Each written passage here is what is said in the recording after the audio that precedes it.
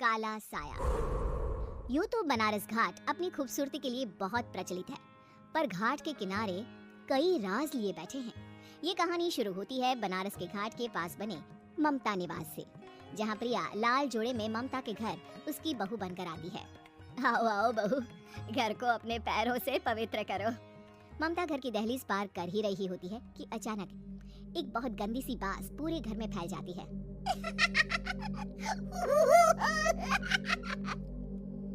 ये बदबू और ये आवाजें, ये कौन हंस रहा है माँ? अब ये पड़ोसी ना हमारे थोड़े अलग से है। कहाँ हम शाकाहारी और ये मांस मच्छी खाने वाले। छोड़, तू ध्यान मत दे और गृह प्रवेश कर। और हाँ बहू, अपनी सास की एक बात हमेशा याद रखना, इन पड़ोसियों से तो कभी बात नहीं करेगी। अच्छे लोग नहीं है ये। अपनी सास की ये बात मानेगी ना बेटा? हाँ माँ, जो आपकी मर्जी, मैं उनसे बात नहीं करूंगी।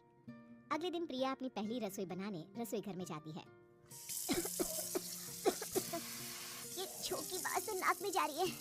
एक काम करती हूँ, खिड़की खोल देती हूँ। प्रिया खिड़की खोलने जाती है।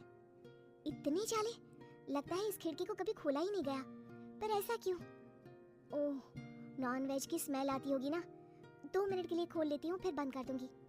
प्रिया खिड़की खोलती है। खिड़की खोलते ही उसकी नजर सामने वाले घर की खिड़की पर पड़ती है, जहाँ एक लड़की खड़ी होती है। हाथों में मेहंदी, लाल रंग की साड़ी, बिल्कुल सजी धजी, मानो प्रिया की तरह ही वो भी नई नवेली बहू हो। वो प्रिया को देखकर मुस्कुराती है। हे भगवान, माँ ने तो इनसे बात करने को मना किया था। प्रिया फौरन ही खिड़की बंद कर देती है और तवे पर चढ़े रोटी की ओर देखने लगती है, पर वहाँ रोटी न होकर मछली पड़ी होती है। ये क्या? पहली ही रसोई में इतनी बड़ी गलती! हे भगवान, अब मैं क्या करूं? प्रिया बहुत डर जाती है और फौरन रसोई की सफाई करने और फिर सभी के लिए खाना बनाने लग जाती है। जब वो सबको खाना परोसती है, सब तो ठीक है, मैं बेकार में चिंता कर रही थी। हे भगवान, ऐसे ही बस अपनी कृपा बनाए रखना। रात के वक्त जब सब सो रहे होते हैं, तब प्रिया को पायल की आवाज सुनाई देती है, जिससे उसकी आंख खुल जाती है। ये पायल की आवाज कहाँ से आ रही है? प्रिया उठकर उस आवाज के पीछे छत की सीढ़ियों तक जाती है। तभी उसे बच्चे के रोने की आवाज आती है। प्रिया छत पर जाती है तो क्या देखती है? वही लाल साड़ी वाली लड़की अपनी गोद में एक नवजात बच्चे को घुमा घुमा कर सुला रही है। तभी प्रिया की नजर उसके पेट पर पड़ती है। ओह गॉड, ये तो प्रेग्नेंट भी है। सुनिए, बच्चा सो नहीं रहा है क्या? मैं कुछ मदद करूं? नहीं, आपके घर वालों को अच्छा नहीं लगेगा, मैं संभाल लूंगी। स्नेहा की गोद से बच्चा हाथ मारकर प्रिया की गोद में आने को छटपटाने लगता है। दोनों घर अगल बगल में बने होने के कारण प्रिया उस बच्चे को गोद में ले लेती है। प्रिया के पास आते ही वो सो जाता है। बच्चे का वो स्पर्श रात भर प्रिया भूल नहीं पाती और अगली सुबह वो छत पर कपड़े सुखा रही होती है। तभी उसे एक औरत इशारा करके बुलाती है। स्नेहा कह रही थी बाबू तुम्हारी गोद में आते ही सो गया। मैं गौरी, स्नेहा की माँ हूँ। बहू, घर आना, बाबू को खिला भी लेना। शाम को जब घर पर कोई नहीं रहता, बच्चे से मिलने के लिए प्रिया छिपकर अपनी पड़ोसन के घर चली जाती है और कुछ देर बच्चे को खिलाकर वापस लौट आती है। इसके कुछ दिन बाद ही प्रिया को पता चलता है कि वो माँ बनने वाली है। ममता की खुशी का ठिकाना नहीं रहता। माँ जी, पता नहीं क्यों उल्टी आ रही है। प्रिया भागती हुई वॉशरूम में जाती है तो हरे और लाल रंग की उल्टी करती है। उस उल्टी में से कीड़े निकलते हैं। ये क्या? खून और ये कीड़े! माँ! माँ! प्रिया की आवाज सुनकर ममता दौड़कर आती है, पर बेसिन में कुछ नहीं होता। प्रिया हक्की बक्की रह जाती है। ये सब क्या हो रहा है? प्रिया घबरा जाती है और अपने कमरे में जाकर सो जाती है। डर के कारण वो इतनी थक जाती है कि उसकी आंख लग जाती है। तब उसे ऐसा लगता है उसके पेट पर मानो कोई बैठा हुआ हो। कौन हो? प्रिया के पेट पर एक 5 महीने की बच्ची बैठी हुई थी, जो बुरी तरह जली हुई थी। माँ, तुम ही मुझे लाई ना अपने पेट में? मैं तुम्हारी माँ नहीं हूँ। कौन हो तुम? माँ, देखो मैं जल गई बुरी तरह से। 6 महीने पेट में रहने को भी मुझे नहीं मिला।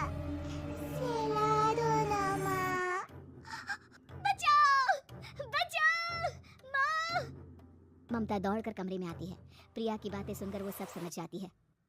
तू कहीं बगल वाले घर में तो नहीं जाकर आई ना बहू? मुझे माफ कर दो, मैं गई थी माँ। उस घर में सब मरे हुए हैं बहू। कई साल पहले स्नेहा उस घर में बहू बनकर आई थी। कुछ ही दिन में वो एक बच्चे को जन्म देने वाली थी। पूरा घर बच्चे के आने की खुशी में खोया था कि एक दिन अचानक उस घर में आग लग गई। सब बुरी तरह जलकर मर गए। गौरी आज भी दादी बनने का इंतजार कर रही है। और इसीलिए स्नेहा ने अपना अजन्मा बच्चा तुम्हारी कोख में डाल दिया। ममता ये कह रही होती है कि पीछे से उसके पैरों को एक बच्चा पकड़ लेता है। माँ, स्नेहा की गोद में यही बच्चा था। ये बच्चा कौन है फिर?